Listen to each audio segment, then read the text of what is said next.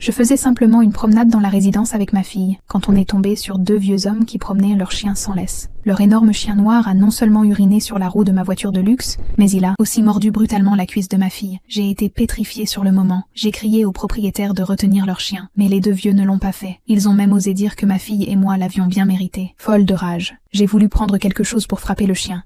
Mais une vieille femme à côté m'a violemment poussée au sol d'un coup de pied. Heureusement, à ce moment-là, le garde de la résidence et plusieurs voisins sont arrivés. Apparemment, ces deux personnes promenaient leur chien sans laisse tout le temps, et les habitants en avaient plus qu'assez. Alors tous ensemble, ils nous ont aidés à faire fuir le chien. Mais quand je me suis reprise, ma fille était déjà inconsciente. À cause de la perte de sang, un voisin a immédiatement appelé les urgences et a affirmé que les maîtres avaient volontairement laissé le chien attaquer. Il a aussi appelé la police. Les deux vieux paniqués ont appelé leur fille à l'aide.